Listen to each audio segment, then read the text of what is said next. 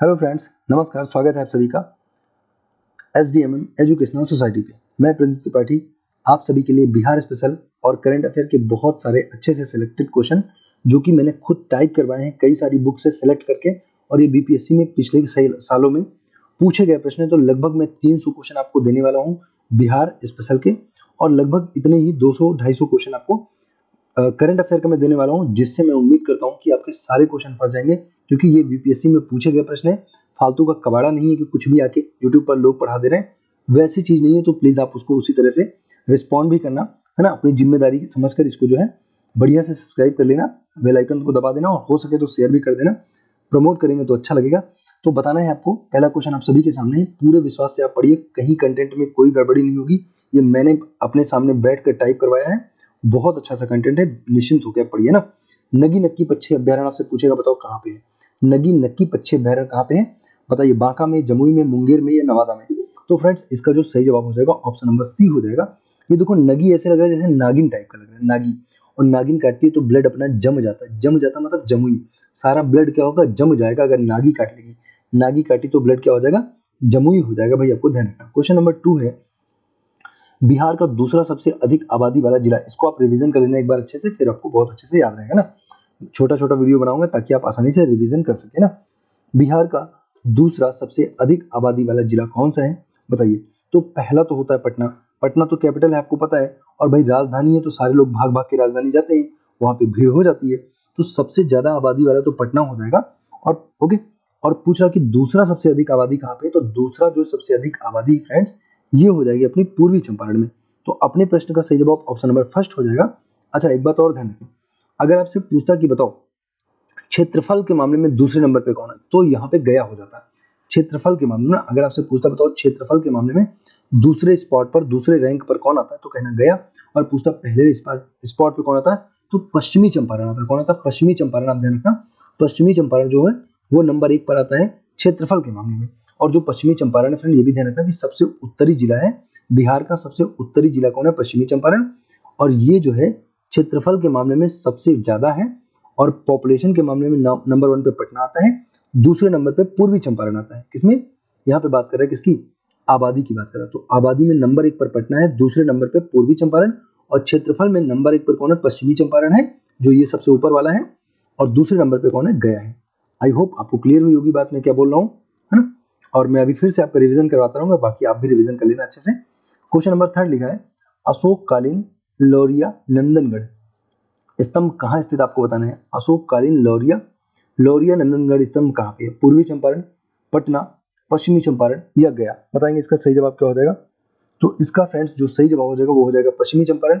और अभी मैंने आपको पश्चिमी चंपारण के बारे में बताया, बिहार का सबसे उत्तरी जिला, साथ ही साथ क्षेत्रफल के मामले में सबसे बड़ा जिला जो है वो कौन सा है, यही पश्चिमी चंपारण है।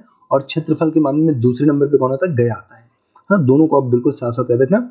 और फिर से मैं बता दूं, अगर आबादी की बात करेगा तो नंबर 1 पर पटना होगा, और नंबर 2 पे कौन सा होगा, पूर्वी चंपारण होगा। आपको निश्चित तौर पे याद हो गया होगा मैं क्या बोल रहा हूँ।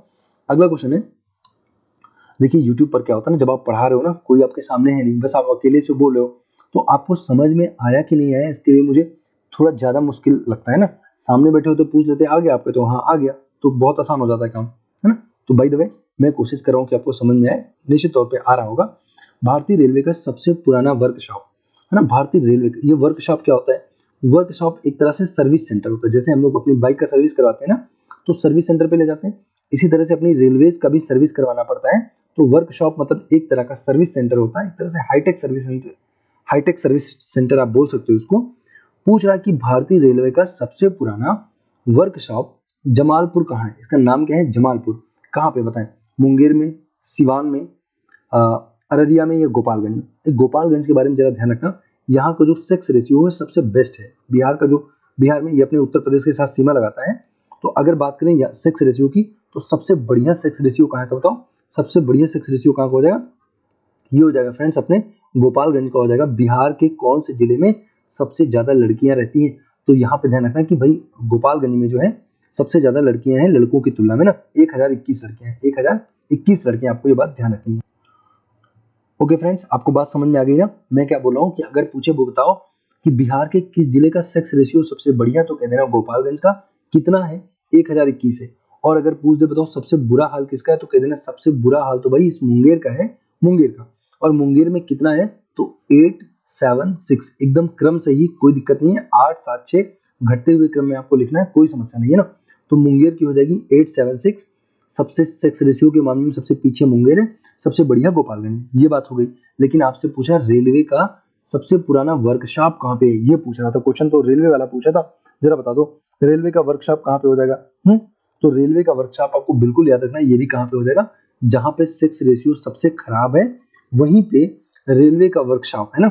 रेलवे का वर्कशॉप कहाँ पे हो जाएगा, मुंगेर में हो जाएगा। इस तरह से आपको याद रहने वाला है, मुंगेर में।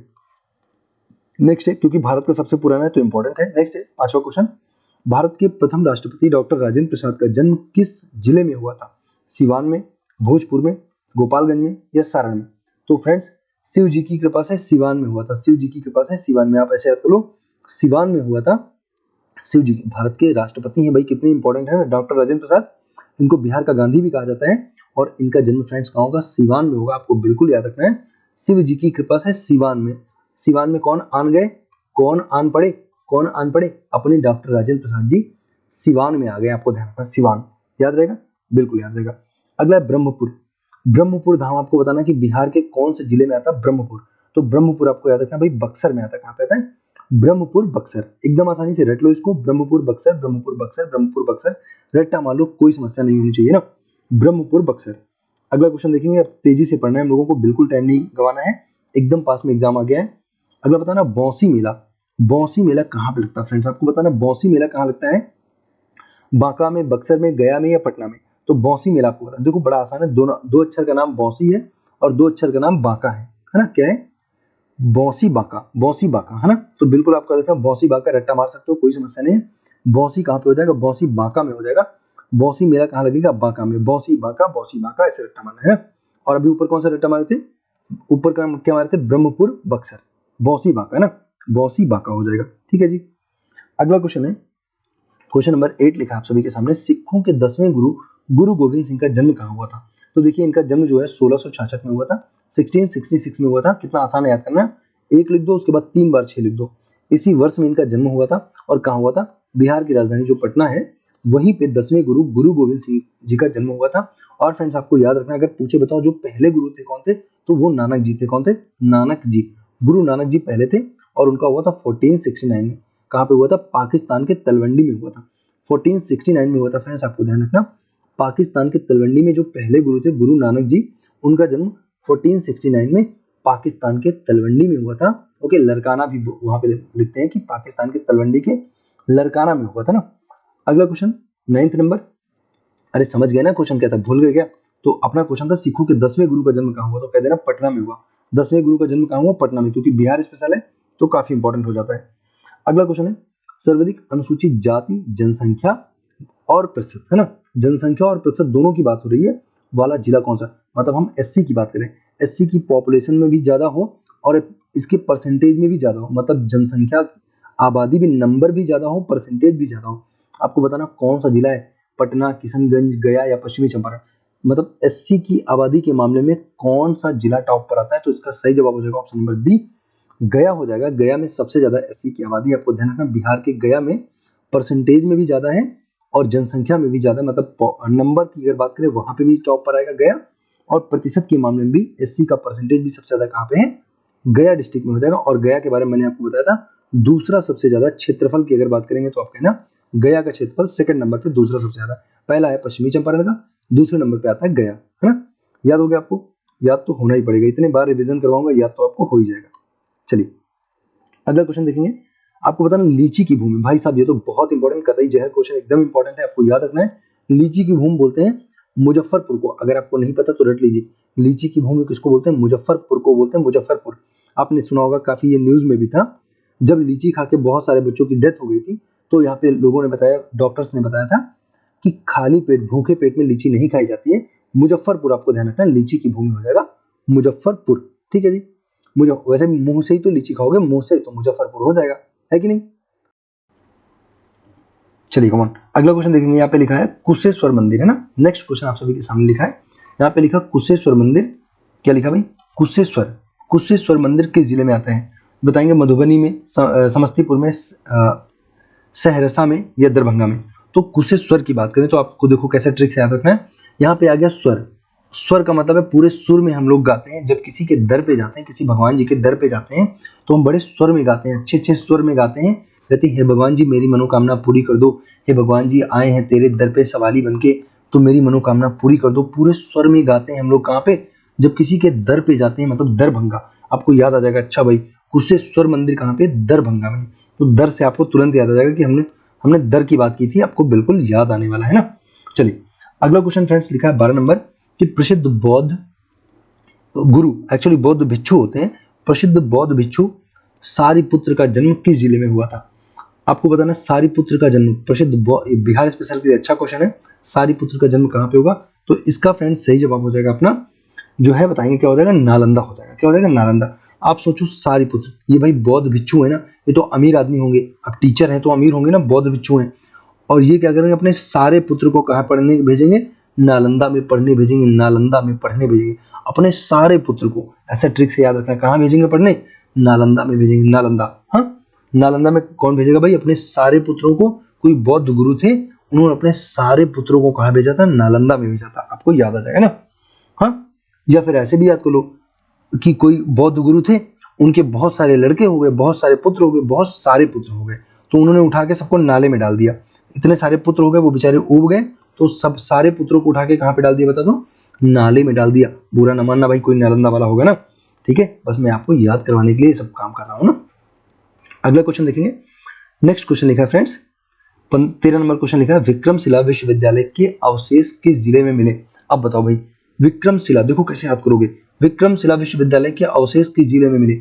अब देखो ऐसे लग रहा है कि कोई आदमी भाग रहा है। इसका सही जवाब ऑप्शन नंबर ए है, कोई आदमी भाग रहा है।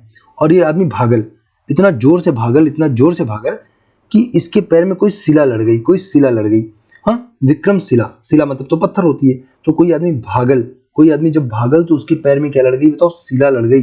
शिला मतलब होता है पत्थर। आपको तो याद आ जाएगा, तुरंत याद आएगा। जैसे विक्रमशिला देखोगे, अच्छा पूछेगा बताओ इसके अवशेष कहाँ से मिले? तो जैसे उसके वो भागल, आदमी जब भागल तो उसके पैर में शिला लड़ गई, तो उसने देखा अरे भाई ये तो अवशेष है।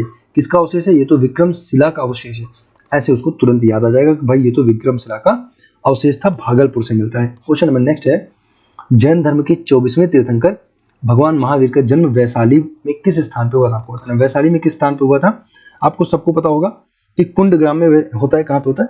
कुंड ग्राम में ना। 540 ईसा पूर्व होता है, 540 ईसा पूर्व वैशाली के कुंड ग्राम में होता है। कुंडल वन, यहाँ पे कुंडल वन लिखा हुआ है, वैशाली के कुंड ग्राम में होता है फ्रेंड्स। 540 ईसा पूर्व भगवान महावीर का जन्म। ये 24वें तीर्थंकर थे तथा इनको अंतिम तीर्थंकर भी माना जाता है।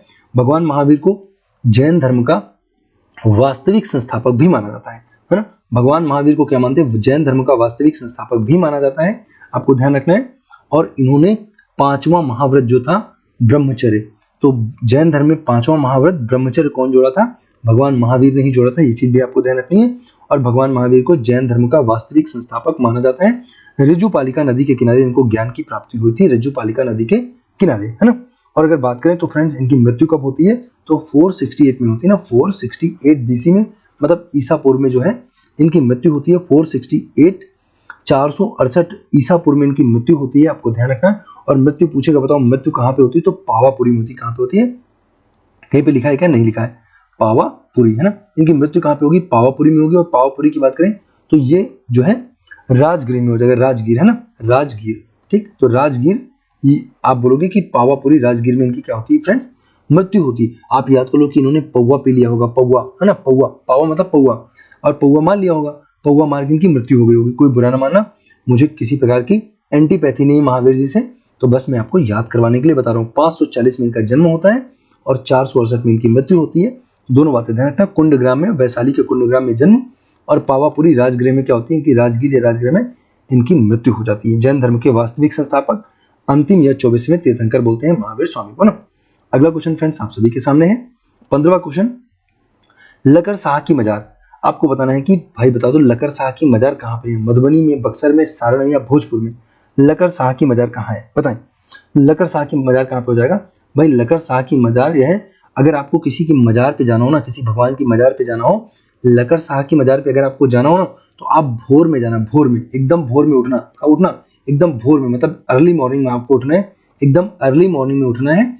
और भोजपुर आपको याद आ जाए। अच्छा, लकड़साह की मजार में जाना तो कब जाना? भोर में। भोर मतलब भोजपुर, ऐसे आपको याद आ जाएगा। तो फ्रेंड्स, आज की मैं वीडियो यहीं पे एंड करूंगा। छोटी वीडियो बनाया हूँ बस आपका फीडबैक लेने के लिए। बहुत दिन से मैं यूट्यूब पर वीडियो नहीं बना रहा था, अभी बस बिहार शिक्षक भर्ती के लिए आपके लिए मैं मेहनत करने लग गया हूँ। तो आप मुझे बताना जरा कैसा लगी वीडियो, आपको ये कैसी लगी, है ना। मैंने ट्रिक्स जो बताई कैसा लगा आपको, याद करने में आसान हुआ कि नहीं हुआ, है ना। ऐसे ही मेरे पास 300 से भी ज़्यादा प्रश्न है, बहुत सिलेक्टेड क्वेश्चन है, इन्हीं में से आपको प्रश्न देखने को मिलने वाले हैं। और मैप बेस्ड जो भी क्वेश्चन होते हैं ना, जो मैप वाले क्वेश्चन होते हैं, मैप की मैं बात करूँ, जो मैप के क्वेश्चन होते हैं, मानचित्र के क्वेश्चन होते हैं, वो भी मैं आपको करवा दूंगा, कोई कसर नहीं छोड़ूंगा। बस आप खूब मेहनत से सिद्ध से लग जाना। और अगर आपको ऑफलाइन पढ़ना हो तो अपनी कोचिंग भी है यहाँ पांडेपुर में, वाराणसी में, है ना। पांडेपुर वाराणसी में अगर ऑफलाइन पढ़ते हैं, आपको कोई भी तैयारी करनी है, सुपर टेट वगैरह, तो आप यहाँ पे आके तैयारी कर सकते हैं ना। तो ठीक है, ये थी आज की अपनी वीडियो। यहाँ पर आपने जो है, ठीक है, ये सारी वीडियो देख ली। बताना मुझे कैसा लगा आपको ये वाला पूरा आइटम, उसके बाद मैं आगे की वीडियो अपलोड करूंगा। ठीक है भाई, thanks for watching and God bless you all.